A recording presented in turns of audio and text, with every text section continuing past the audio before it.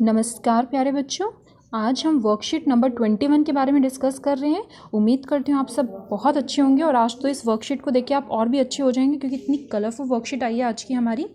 Worksheet number 21 जिसमें हम मानव में पाचन के बारे में पढ़ेंगे। बेटा देखो, अभी तक हमने पाचन देख लिया है, पाचन कितने प्रकार का होता है ये देख लिया है। आज हम देखेंगे कि मानव के अंदर पाचन कैसे होता है।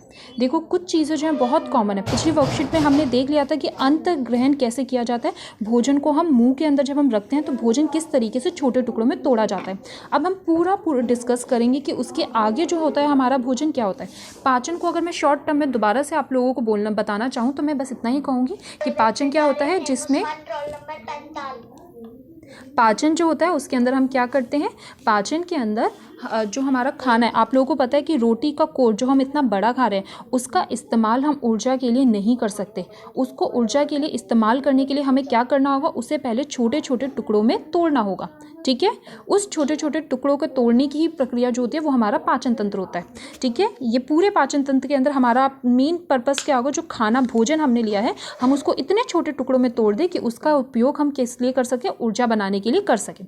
देखो, पाचन जो है हमारे मुख से ही स्टार्ट हो जाता है। यहाँ देखो, आप अच्छे से देख सकते हैं, ये जो डायग्राम आपको दिखाई दे रहा है ऊपर की तरफ आपको दिखाई दे रहा है मुख एवं मुख गुहिका। यहाँ पे देख रहे हो भोजन हमारे पास क्या है, एक ओपनिंग है, एक द्वार है जिसके द्वारा हम क्या कर सकते हैं, खाने को, आहार को अपने शरीर के अंदर लेते हैं। इसके बारे में कि अंदर हमारे मुख के अंदर क्या क्या प्रक्रियाएं होती है वो हम पढ़ चुके हैं, लेकिन फिर भी जल्दी से मैं आप लोगों को बता देती हूँ। हमारे मुख के अंदर क्या होता है, दांत होते हैं। दांत क्या करते हैं, भोजन को भौतिक रूप से उसके छोटे छोटे टुकड़े करते हैं। व इसके अलावा हमारे मुख के अंदर लाला ग्रंथि पाई जाती है जो क्या करती है, खाने के अंदर जो मंड उपस्थित होता है उसको शर्करा में परिवर्तित कर देती है। जीभ जो होती है वो हमारे रस के लिए हमारी मदद करती है। ठीक है, इसके बाद देखिए बेटा, जो खाना होता है यहाँ से भोजन को जब हमने कर लिया, और ऐसा बोलते हैं ना कि भोजन को अच्छे से जितना हो सके उतना चबा कर खाना चाहिए। जब भोजन अच्छे से चब जाता है वो गोल रूप में कहाँ आता है, ये जो नली आपको दिखाई दे रही है ऑरेंज कलर से, इस नली को हम बोलते हैं भोजन नली। भोजन नली, या हम इसको क्या बोलते हैं, ग्रसिका। एक तरीके से ये लगा लो कि ये क्या है, एक पाइप का काम कर रही है। पाइप का काम जो क्या कर रही है, मुख से भोजन को हमारे अमाशय, नॉर्मल भाषा में हम अमाशय को हमारा पेट बोलते हैं। ठीक है, तो ये क्या है, एक पाइप की तरह काम कर रही है। ये क्या करती है, भोजन को हमारे अमाशय तक ले जाने का काम कर रही है। यहाँ देखिए बेटा क्या लिखा हुआ है वर्कशीट में भोजन नली के बारे में। निगला हुआ भोजन ग्रास नली में जाता है। ग्रासिका की भित्ति में के संकुचन से भोजन नीचे की ओर सरकता जाता है। आप लोग जानते हो, जैसे आप लोगों ने देखा ना, इसके अंदर ना कॉन्ट्रैक्शन होती रहती है। मतलब ये ना आप इसके अंदर भी ना हल्की हल्की क्या होती है, थोड़ी सी मूवमेंट चलती रहती है, जिसके बाद भोजन क्या है हमारे अमाशय में आ जाता है। अमाशय के अंदर देखो बेटा, भोजन है ना अमाशय के अंदर बहुत टूटता है, और अमाशय में भोजन का जो पाचन है, सबसे अधिक मात्रा में जो पाचन है वो हमारे अमाशय में ही होता है। देखो क्या होता है अमाशय के अंदर, अमाशय के अंदर तीन चीज़ें पाई जाती है। पहला हमारा श्लेष्मल, दूसरा है हमारा पाचक रस, और तीसरा है हाइड्रोक्लोरिक अम्ल। हाइड्रोक्लोरिक अम्ल के बारे में जब हमने अम्ल व क्षार वाला चैप्टर पढ़ा था उसमें हमने पढ़ा था। आपको पता है अम्ल क्या करते हैं, जो भोजन हमने लिया है उसके अंदर जो भी जीवाणु वगैरह होते हैं उनको नष्ट कर देता है। दूसरा ये क्या करता है, जो माध्यम है उसको क्या बना देगा, अम्लीय बना देगा। अम्लीय बनाने का रीज़न क्या होता है, बेटा देखो, हमारे पेट के अंदर जो पाचक रस है ना वो बिल्कुल ना इनएक्टिव फॉर्म में पड़ा है। इनएक्टिव फॉर्म मतलब बिल्कुल ही कोई क्रिया नहीं कर रहे हैं, बिल्कुल अक्रियाशील पड़े हुए हैं। जब ये पाचक तत्व अम्लीय हो जाते हैं उसी के बाद ये जो हमारा पाचक रस के अंदर कुछ एंजाइम पाए जाते हैं वो किस में हो जाते हैं, वो एक्टिव फॉर्म में हो जाते हैं, वो कार्यशील हो जाते हैं। और उसके बाद उसके अंदर जो ये पाचक रस है वो हमें मदद करता है प्रोटीन को सरल पदार्थों में विघटित कर देता है। ठीक है, उसके अलावा श्लेष्मल होता है। देखो बेटा, जैसे मैंने आप लोगों को उस दिन उदाहरण दिया था, मैंने आप लोगों को बताया था कि मेरी जैकेट के ऊपर हाइड्रोक्लोरिक अम्ल गिर गया था जिसके कारण मेरी पूरी जैकेट जल गई थी। तो देखो, जब ऊपर स्किन से अगर हाइड्रोक्लोरिक अम्ल मेरे हाथ को जला सकता है, तो अगर मेरे अमाशय के अंदर हाइड्रोक्लोरिक अम्ल जो है वो निकल रहा है तो क्या मेरे पेट को उससे नुकसान नहीं होगा या नहीं होगा।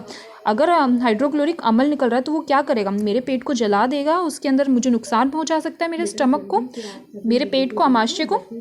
इसीलिए बेटा हमारे पास क्या है, भगवान ने सब कुछ बहुत सोच समझ के दिया है। उसने हाइड्रोक्लोरिक अम्ल के दुष्प्रभाव से, मतलब ये जो जलीय उसका प्रभाव है उसको कम करने के लिए हमारे पेट के ऊपर एक सुरक्षा प्रदान की गई है। उसी को हम क्या बोलते हैं, श्लेष्मल। ठीक है, ये क्या है, हमारे अमाशय के चारों ओर, हमारे अमाशय के चारों ओर क्या पाई जाती है, हमारे अमाशय के चारों ओर एक लेयर पाई जाती है ठीक है, मैं दिखाती हूँ आपको। ये देखिए बेटा, ये जो है यहाँ पे एक लेयर पाई जाती है जिससे क्या होता है, हमारा जो अमाशय है वो हाइड्रोक्लोरिक अम्ल के प्रभाव से बचा रहता है। यहाँ पे बेटा जो मोस्ट इंपॉर्टेंट चीज़ है वो है पाचक रस का रोल आपको ज़रूर पता होना चाहिए, क्योंकि पेपर में अक्सर पूछा जाता है।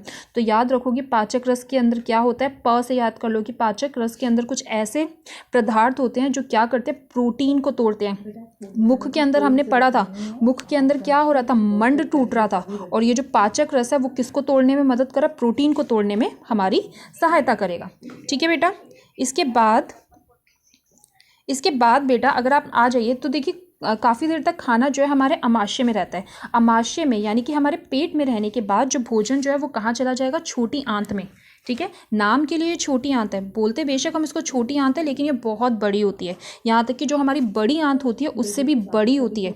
यहाँ देखिए जो छोटी आंत है उसका क्या 7.5 मीटर लंबी, सोच सकते हो 7.5 मीटर लंबी। आप लोग जो साड़ियाँ लपेटते हो ना वो भी सिर्फ 4-5 मीटर लंबी होती है।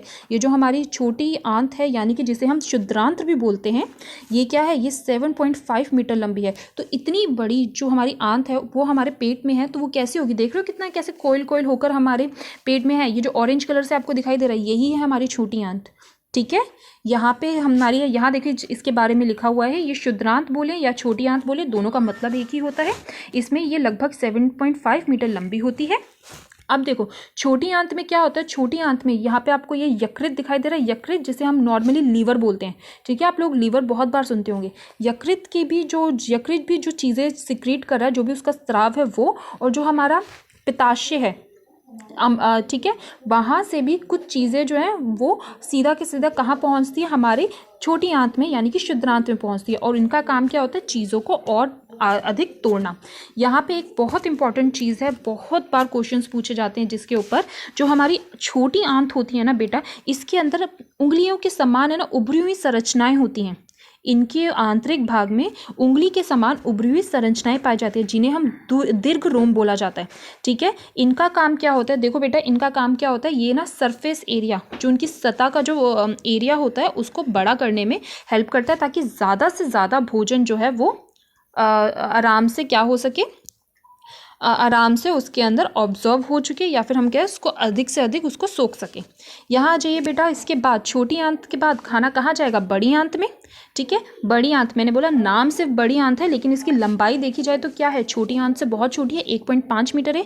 यहाँ देखिए सारा का सारा जितना भी भोजन के अंदर जितने भी हमारे लवण उपस्थित होते हैं, जो भी हमारे पाचक, जो भी हमारे जितने भी इंपॉर्टेंट, जैसे कार्बोहाइड्रेट हो गया, प्रोटीन हो गया, वसा हो गया, सारा का सारा जितना भी होता है उनका अवशोषण जो है वो छोटी आंत में हो चुका है।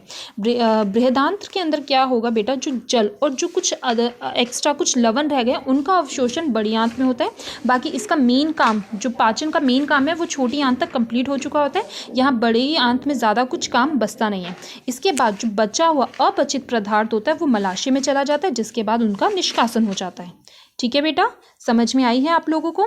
यहाँ पे मेन चीज़ें जो आप लोगों को पढ़नी है वो याद रखोगे। खाने के अंदर आप लोगों ने पढ़ा है 3 चीज़ें आप लोगों ने मोस्ट इंपॉर्टेंट आप पढ़ते हो, कार्बोहाइड्रेट के बारे में पढ़ते हो, प्रोटीन के बारे में पढ़ते हो और वसा के बारे में पढ़ते हो।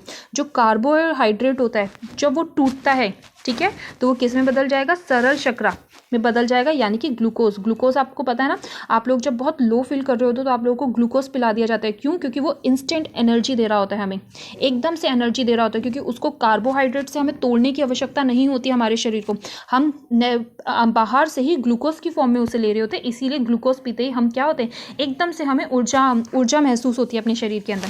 वसा किस में टूट जाएगा, वसा अम्ल एवं ग्लिसरॉल में। और प्रोटीन किस में टूट जाता है, अमीनो अम्ल में। इसके बारे में हम और अधिक जो है अगली वर्कशीट में पढ़ेंगे।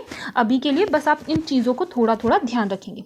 ओके बेटा, इसी के साथ ये वर्कशीट हम खत्म करते हैं। ठीक है, अगली वर्कशीट के अंदर हम इसके क्वेश्चन आंसर्स डिस्कस करेंगे।